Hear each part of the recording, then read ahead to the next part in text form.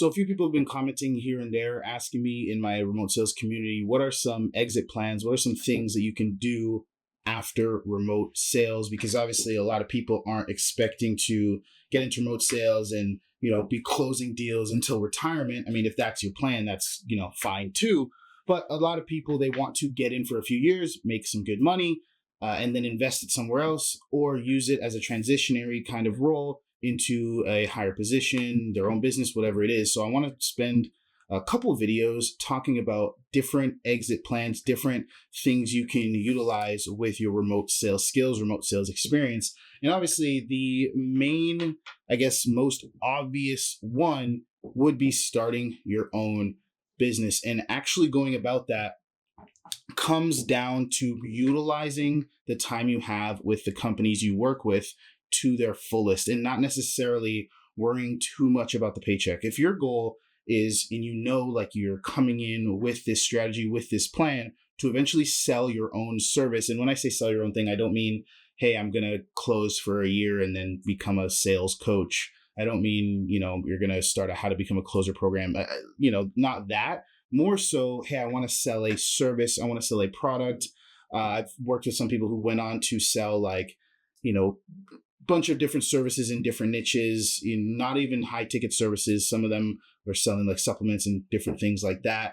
Just using the skills of sales and what you've learned about marketing to start another business. And like I just said, it comes down to utilizing or maximizing the time you have with the companies you're with. And what I mean by maximizing is making sure that you're keeping tabs on every single department, not clocking in, clocking out, not just, hey, let me take my calls, let me, manage my pipeline and I'm good to go. I'm not going to pay attention to any other thing in the business. If your goal is to eventually start your own business, make sure you are learning from the mistakes, learning from the wins, keeping your eyes everywhere. So that means anytime you can get on a meeting with like the client success team and learn how that process works, how do they go about onboarding calls? How do they handle refund requests? How do they keep people engaged in the program or in the service? How do they, get what referral systems does that company have in place? Anytime you can speak to someone on the marketing team, you should be reaching out to different team members to do one-on-ones with them. How do they go about marketing? Well, what does the ad budget look like? How do, you might not get answers to some of these things, but just knowing as much as you can, digging in as much as you can in every single aspect of the business, paying attention, taking notes on how the CEO or the manager leads the team, keeping track of each meeting and what every single meeting looks like. How often per week do we do role plays? How often per week do we do call reviews?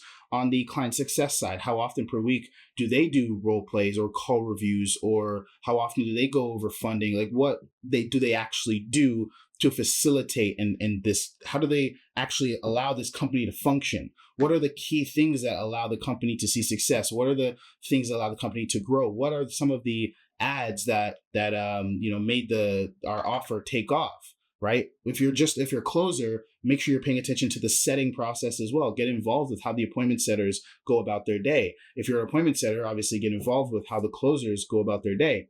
If you just pay attention everywhere. I can't stress it enough, because if you're going to be running your own business in the future, if that's your plan, you're going to have to know at least a little bit about every single department, because you're going to be the one to kickstart every single department, right? So pay attention to the entirety of the sales funnel. Where do all of the leads come from? Is it a lead magnet that they're coming in? Are they coming in off a VSL funnel? Are they coming in off a webinar? Are they coming in off YouTube content? If so, what kind of content, what kind of lead magnet brings in the best leads, right? Pay attention to everything and test things when you get the opportunity to. If you have the opportunity to help out the marketing team with something, then do it. If you have the opportunity to test out different things in your sales process, then do it. If you have the opportunity to, pop in and help out with the client success or do a refund save or something like that, then do it. Do as much as you can around the business, because that's where you're going to get to make mistakes on someone else's dime.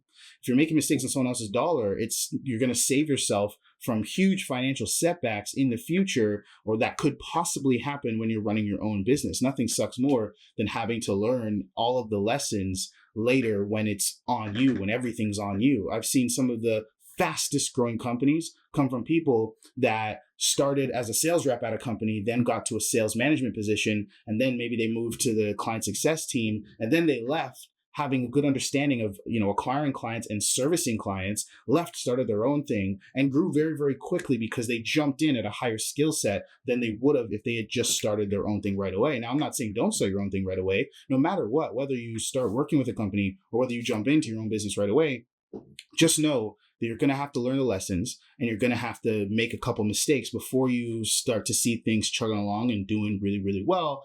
And you just got to ask yourself, are you willing to make those mistakes on your dime, or are you willing to make those mistakes on someone else's? Is that more comfortable for you? This video is mostly for sales reps who are like, hey, what can I use these skills for later on?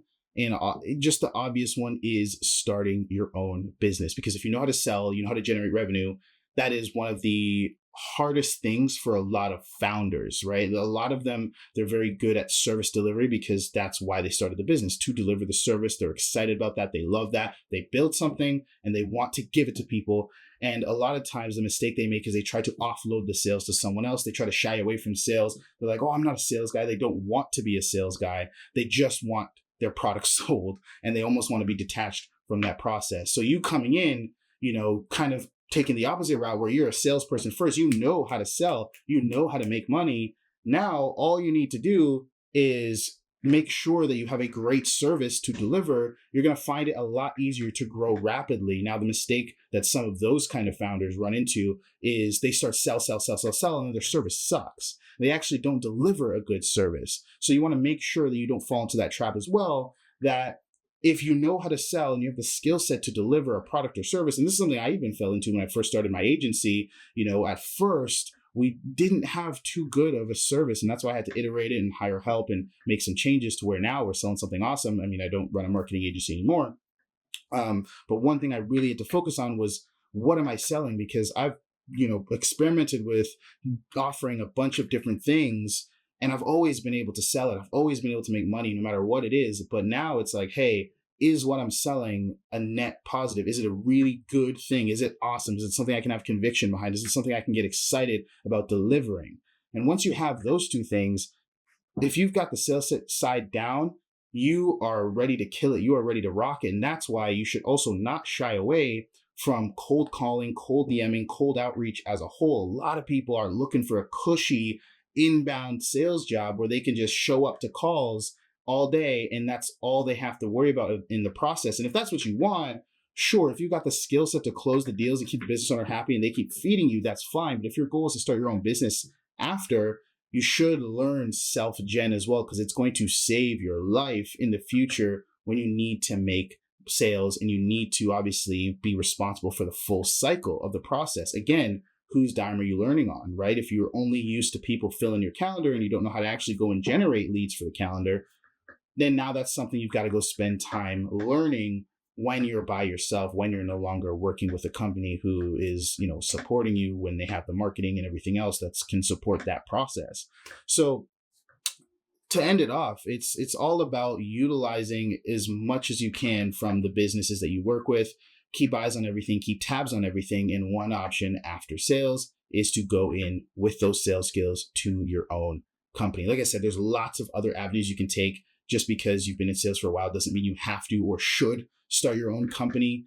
There's no shame in just being a closer and being a great sales person, being a great entrepreneur. That is an awesome path. Not everyone has to be an entrepreneur, and not everyone should, because it is stressful. It is a lot of work. But that is one option, and I'll make, depending on how this video does, if you guys want it, you can comment, you can like, show me some interaction showing that you want me to talk about this more, because there are a lot of different avenues, leadership, consulting. There's lots of different avenues you can take, different investment vehicles that would be really, really good for someone to make sure they have a nice retirement plan after sales. Other than that, though, I'll see you in the next video. I'll see you tomorrow. Have a good one.